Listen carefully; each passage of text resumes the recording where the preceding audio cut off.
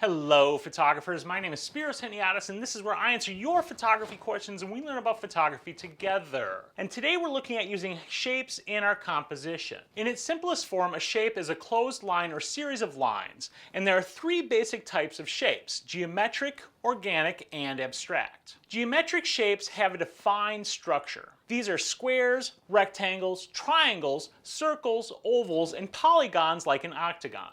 With the exception of circles and ovals, geometric shapes are composed of straight lines.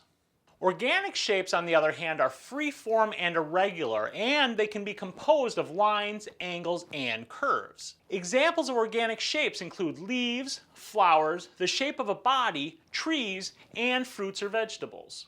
Abstract shapes are simplified forms of organic shapes.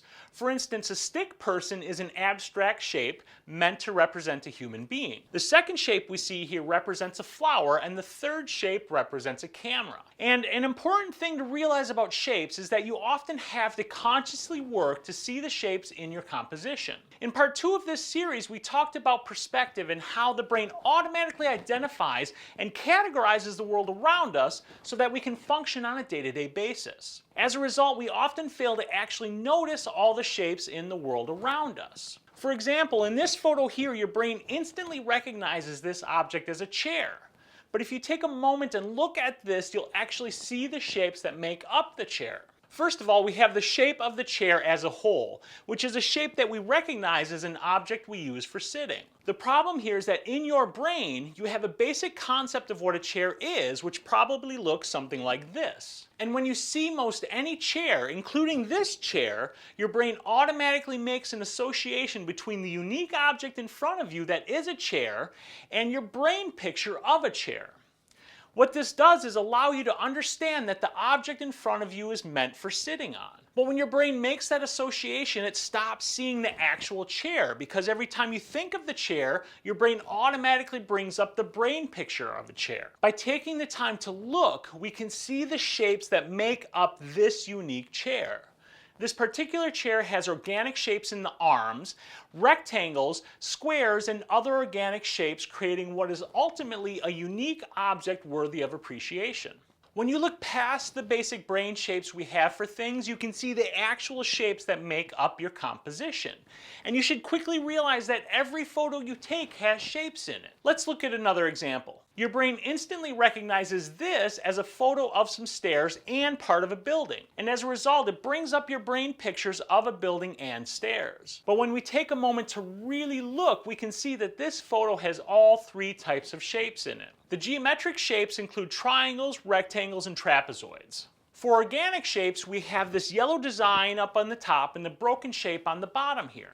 And for abstract, we have the flower shape meant to represent flowers. So shapes are everywhere, and just like lines, different shapes can convey different meanings as part of your composition. For instance, circles are endless with no defined beginning or end. And circles can convey feelings of longevity, endlessness, and energy through constant motion. In this photo here, we have the circle shape repeating itself hundreds of times in the berries of the tree. These circles help convey the feeling of longevity. And while there are small circles, the repetition of the shape reinforces that feeling. In addition, the cycle of the tree's growth through the seasons is connected to and reinforced by the idea of endless longevity conveyed by the circle.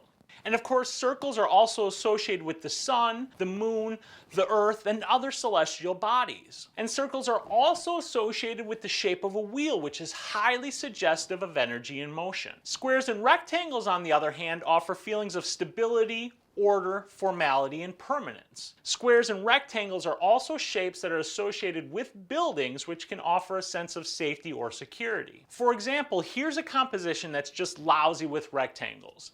This is clearly a brick wall, which is part of a building, and as a result, the basic rectangular shape of a building is immediately associated with this wall. In addition, we can see the bricks in the wall stacked in a very orderly, stable, and predictable fashion, all feelings that are evoked by rectangles and squares. On top of that, you have the weathered paint on the wall, which helps to reinforce the feeling of permanence that comes with the rectangle, and the idea of a building, which is generally considered to be a permanent, long-lasting structure. If, however, you take rectangles or squares and you throw them off kilter, you introduce feelings of instability, chaos, and disorder. Triangles can also convey feelings of stability and permanence and serve to direct movement through your composition based on the direction they're pointing in. Triangles can create tension in an image, suggest action or aggression, and convey a sense of instability when not resting on a base. In this composition here, we have two triangles. One in the upper right, which is not resting on its base.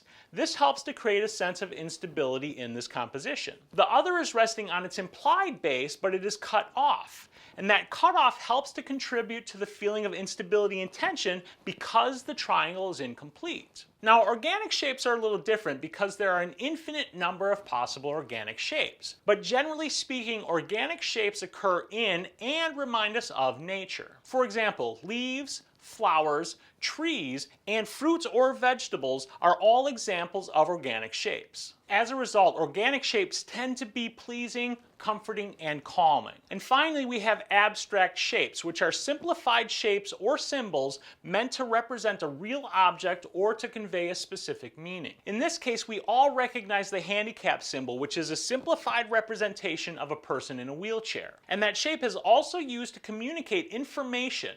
In this case, to indicate that this particular parking space is reserved for handicapped individuals. As a result of all the types of shapes, abstract shapes are the most explicit in conveying meaning, since they almost always have an explicit meaning attached to them. Now, just like with line, you don't necessarily need to think about all of the different meanings associated with shapes when you're creating a composition. Instead, what I encourage you to do is work at seeing past your brain pictures to really see the shapes that are part of your compositions. This, more than anything else, will help improve your photos, because when you can see those underlying shapes, it's easier to get the feel of the composition. And by being able to see those shapes, when you need to, you can think about how the shape has an impact and what it's doing to your composition. Alright guys, that's all I've got for you this week, and if you have any questions about shapes, let me know down in the comments, and while you're down there, let me know, just like with line, what is your favorite shape? Now, don't forget to like this video and subscribe to my channel. If you really like this video, I want you to do me a favor and share it with your friends, but most importantly, get up, get out of your chair, get out there and take some damn photos. I'll see you guys on Friday.